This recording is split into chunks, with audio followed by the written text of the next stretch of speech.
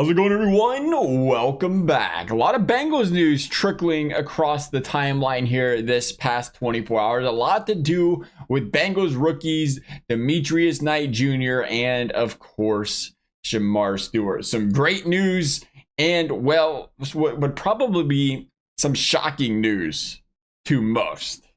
Shemar Stewart, as we know, the issue with his contract right now is, according to him, from what we can gather just based on everything he's been asked and talked about, it's not exactly the signing bonus, it's the way the wording is in the contract about, hey, they're saying they want to add this words, they want to add, all this stuff in this contract regarding how they can void the contract, and that stuff being, just things that are detrimental to the team, and him saying, hey, I'm standing on principle here. This is something that nobody ever has to deal with. The last year's pick, the year pick before, didn't have to deal with this. This is new stuff to me.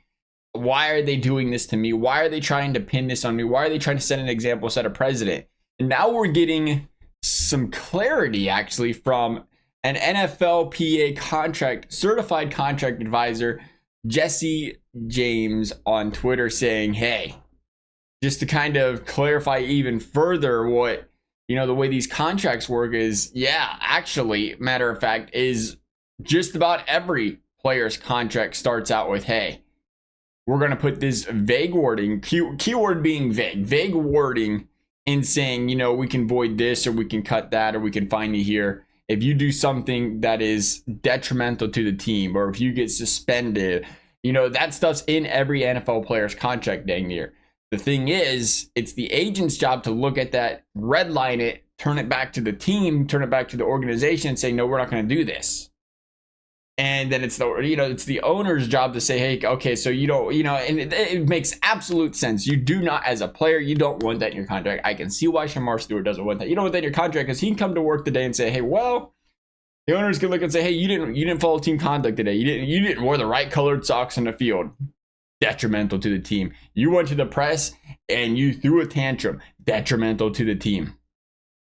There's a lot of things that can, in small things as well, that can be considered detrimental to the club, that can be an out for clubs.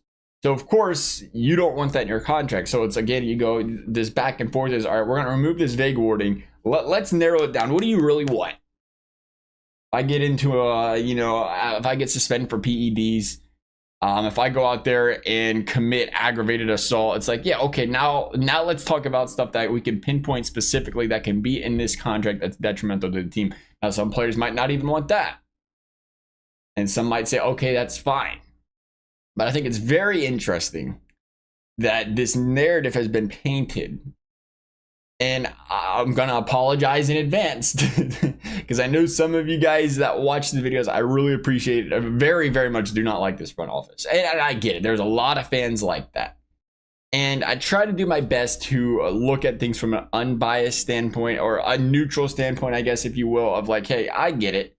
There's no question about it. This Bengals front office makes mistakes. Hey, when the season gets going, you're going to see, I would call myself a little bit more unhinged because we're fresh out of the game. Frustration's aboard when those losses come. What's going on, right? But for the most part, try to stay neutral in, hey, yeah, the Bengals front office makes mistakes. They do some dumb things.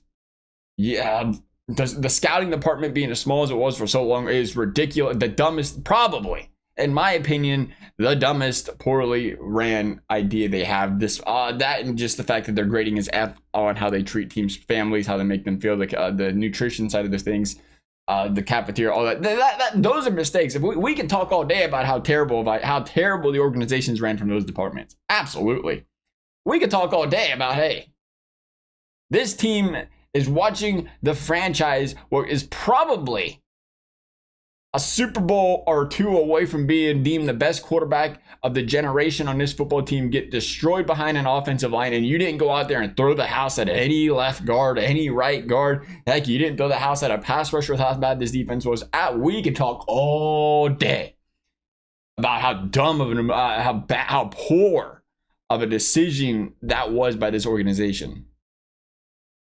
But there's also this. At this point, it's the cool thing in school to make fun of the Bengals.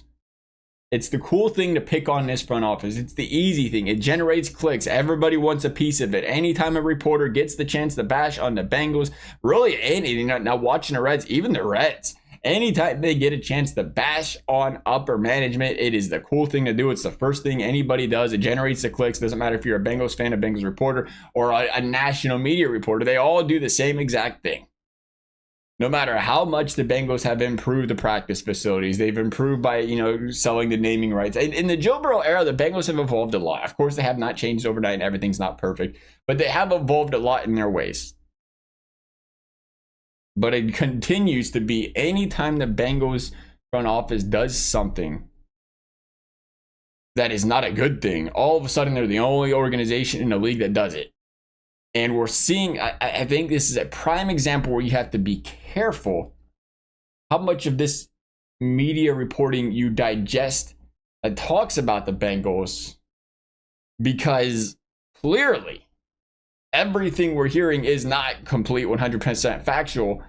It's just, well, it is factual, but it's kind of it's short-sighted to where it's not bringing a bigger light to say, hey, Shemar's primary situation here is, hey, this whole time the Bengals front office has been getting heat and been getting bashed because they're trying to do something unprecedented. They're trying to set an example. They're trying to treat Shemar differently than any other NFL team was. But what this man is saying is, no, this is how contracts work in the NFL. The Bengals aren't doing anything different than any other team is. And this is a big part of likely why you see all these players holding out every single year. You continue to back and forth until finally they say, okay, we agree on the small talk in the contract as well. To think Shemar Stewart's the first person that had language that wasn't related to a signing bonus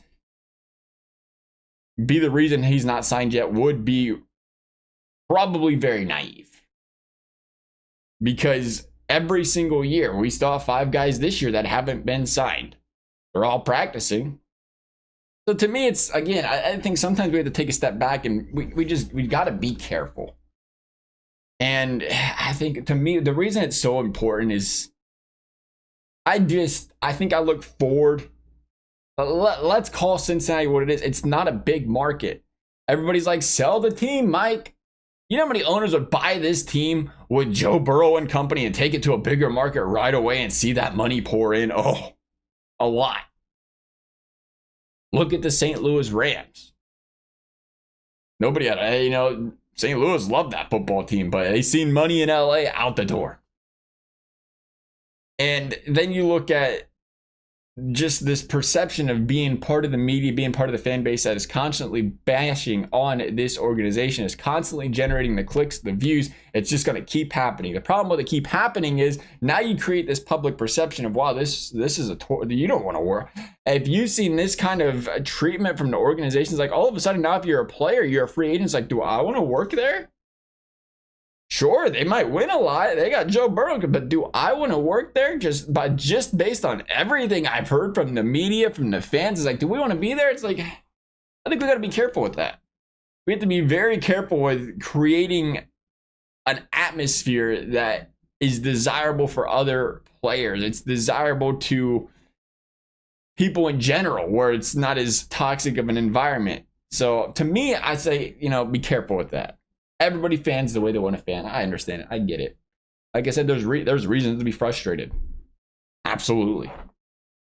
Meanwhile, hey, let's talk about some good things. How about Demetrius Knight Jr. today? And this is why I say this all comes together. This all comes together in such a big freaking way. Because we just went down the whole list of everything Shemar Stewart related. And all we hear about is the daily updates of Shemar Stewart. If Shemar Stewart came out 3 weeks ago and said what Demetrius Knight said today, would the media be covering it the same way? Demetrius Knight coming out today saying, hey, I'm not signed either. Now, we know Knight's situation is different because every second-round draft pick is trying to get guaranteed money. The thing is, they're all playing. They're all practicing. They're all participating. Demetrius comes out today and says, hey, he pretty much says all the right things. Like, I love the game. I trust my agent to get the job done, to get everything figured out. but I want to be on this football team. I want to be on this football field. I love this game. I want to be here. I want to be better. Business is business, but at the same time, I want to be out here trying to be great. And we have to remember, a lot of things we hear about, again, the Shemar Stewart situation, justifying, hey, well, why would he take the chance of getting hurt? And, we know there's wording, there's protections for players that are rookies so they can be out on that field pending, even being unsigned, they're protected. They're insured in that way where they're going to still get paid. And again, everybody, I tried to do research. I was digging all over the place. We talked about it yesterday, trying to find guys in a league that do what Shemar Stewart's doing, where it's like they just don't play as a rookie in OTAs. There's 100 different cases where nobody signed during OTAs during rookie minicamp. I can't find too many that say I'm not gonna play. So praising Demetrius Knight here though. When he came onto this, when we drafted this guy and he said, hey, he's going to be 25 in July, there's a lot of concern about that age. But we're seeing right off the bat the payoff of that age. We're seeing right off the bat how important it is. We have to remember the Bengals, not as active in free agency as we know, kind of a younger core on defense. They want to draft and develop these guys, especially if Trey walked out the door, a younger core now. Sam Hubbard's gone, of course. You want to kind of get guys that can walk into this door and be a leader. And boy, did it sure feel like Demetrius Knight in that interview today walked in the door like a leader. A guy that's going to come on the field. He's going to go about his business the right way. He's going to be a guy you can lean on, you can depend on. Very, very big. Nonetheless, love y'all's thoughts. Thank you guys for watching. We'll see you next time.